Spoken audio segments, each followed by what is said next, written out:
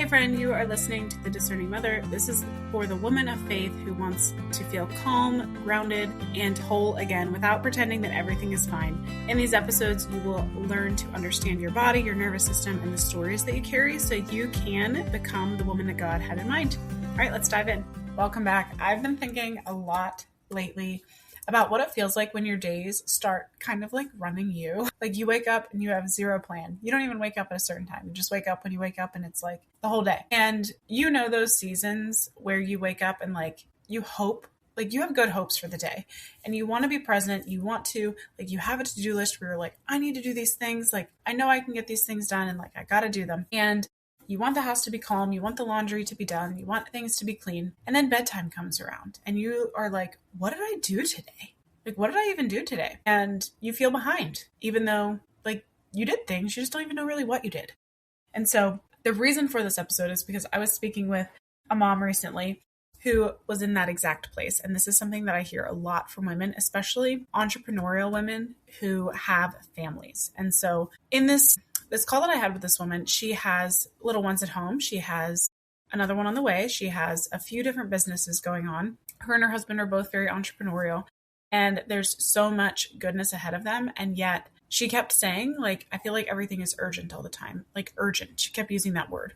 And like, I want a daily structure. I want a rhythm. I just don't even know like how to get there. It just feels like I'm always behind. And so this landed so deeply with me because so many of us enter motherhood with this picture of who we will be. Like we will be calm, we will be organized, we will be thoughtful, we'll be nourished, we'll be peaceful, like we'll do all the things perfectly. Our house is going to look great. Our kids are going to have matching clothes, all the things like that. And then the reality hits, the reality of sleep deprivation, of identity shift, of like an actual human that needs us. And that polished version of ourselves like shatters. Sometimes a little, sometimes a lot, because it's like, ultimately that's not really doing anything. Right. And so for some women, the sense of like, I'm failing, I'm behind, it starts really early. Like, especially if the newborn season was hard, if you felt really anxious or disconnected, where you're like, you're not even sure what your baby needed. Like, it's so easy for your brain to write the story that says like, I'm not good at this. Like, this isn't for me. Like, this is not what I thought it would be like. And unfortunately, that story that we tell ourselves does not stay in the past. Like, it really follows you forward into future pregnancies, into motherhood, into business building, into marriage. And so you are not just dealing with like dishes and nap schedule and Slack messages. Like, you're dealing with the belief that you're already behind, even when the day hasn't even started yet. And I really want to talk about that with the difference between living in urgency and living in identity, because that changes everything. So urgency is when your nervous system is in charge. So your body is scanning for what feels most pressing. So for example, like the laundry's calling, your toddler's melting down, the business email came in that you weren't expecting. Like, you have to do XYZ for your business. You have to homeschool. You have to do all these things. And like, your thoughts scatter, your heart rate is up a lot. And you start to live from reaction instead of intention, which means that your habits end up being shaped by stress or urgency rather than who you desire to become. And when you live like that for long enough, like when you start to respond based on stress versus like identity, your marriage will feel it. Like you will feel behind. You'll get short with one another. Like, you'll start reacting instead of relating to each other. Your dreams will start to kind of fade away. And then with your kids, like, that's a whole different ballgame because they have no clue what's going on. They know who mom is. And when mom's not acting right, like, they can feel it. And so an identity-led living looks very different.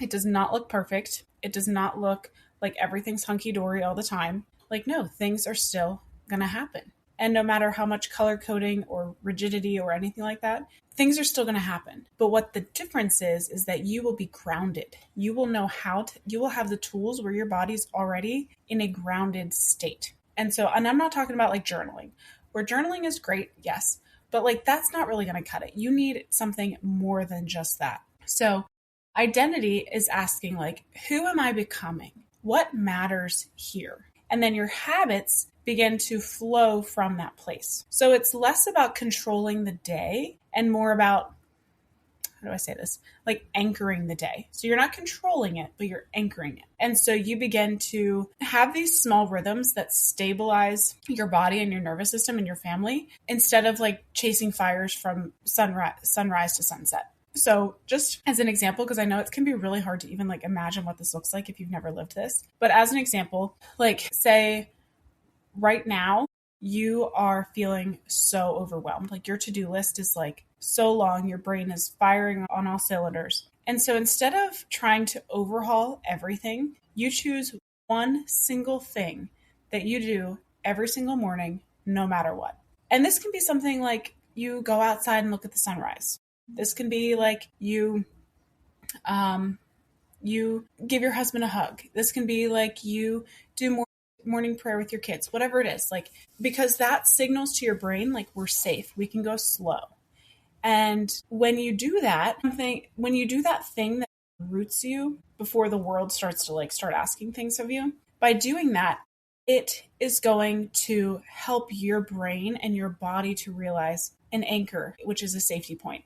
And then you do the same thing at night. And this can be something so simple. This can be like for me personally, we do a family rosary at night where we turn off the lights.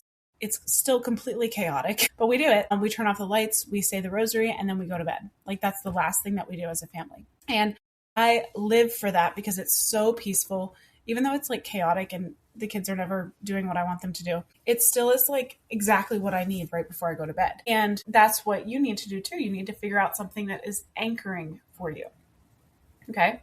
Because the structure that you live by should serve your humanity. It should not feel like a prison. It should feel helpful. It should feel good, right? And so just reflecting back to this conversation I had with this woman, she said something that was really interesting, where she said that she learned to notice when she is triggered, but she still feels stuck.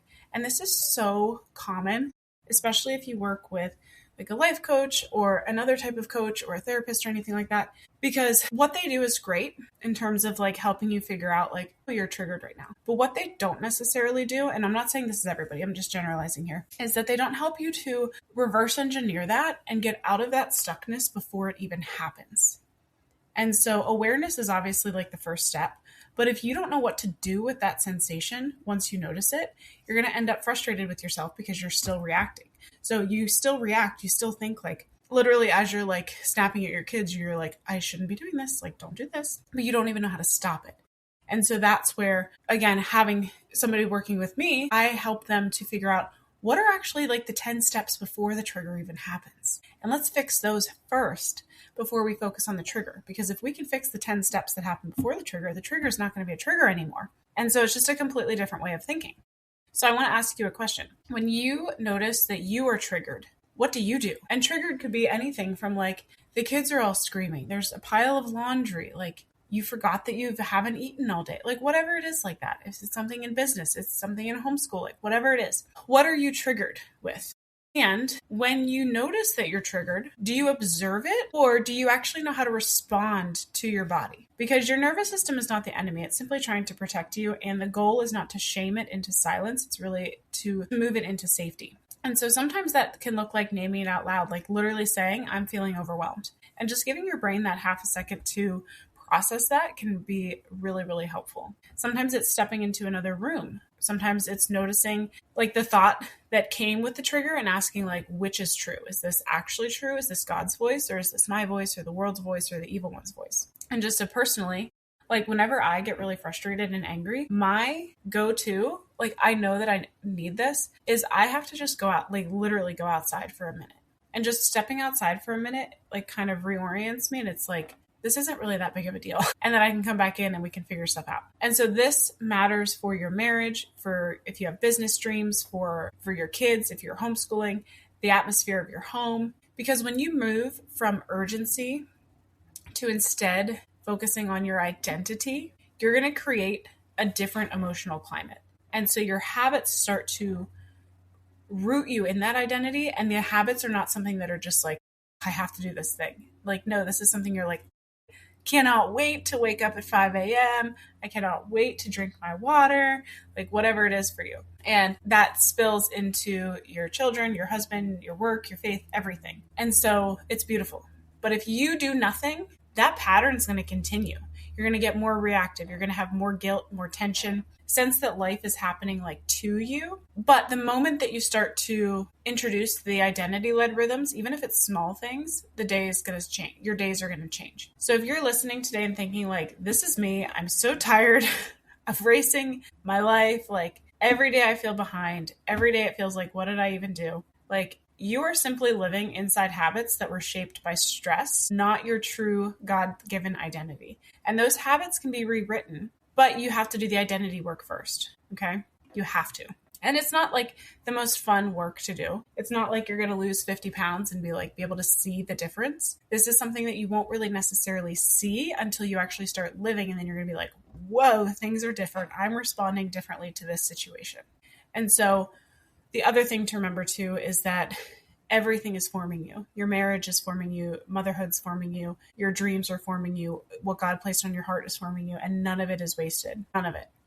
The choice, though, is yours. And it's truly a choice. You can either stay the way that you have been or the way that you are, or you can choose to do something totally different, totally radical that you never ever would have thought that you would do, but you know that it's going to take you on a different path than you have been on. So if you want support in shifting from that urgency to more peace or grounded rhythms, this is what I do. Help you reconnect with your body, your identity, your faith, your nervous system, and truly the woman that God had in mind when he created you. So if something stirred inside of you with listening to this episode, please reach out either on Instagram or email me and we can chat and see whether support would serve you right now. And because you are allowed to build a life that feels intentional and calm. You're allowed to homeschool your kids without snapping. You're allowed to run a business without feeling guilty all the time. You're allowed to enjoy your babies without feeling like the day is slipping through your fingers. And if this resonated for you, I would so appreciate if you could do a quick review on whatever your podcast platform you're listening to, share it with a friend, and go ahead and follow me on Instagram. Let me know what you liked, and I will see you next time.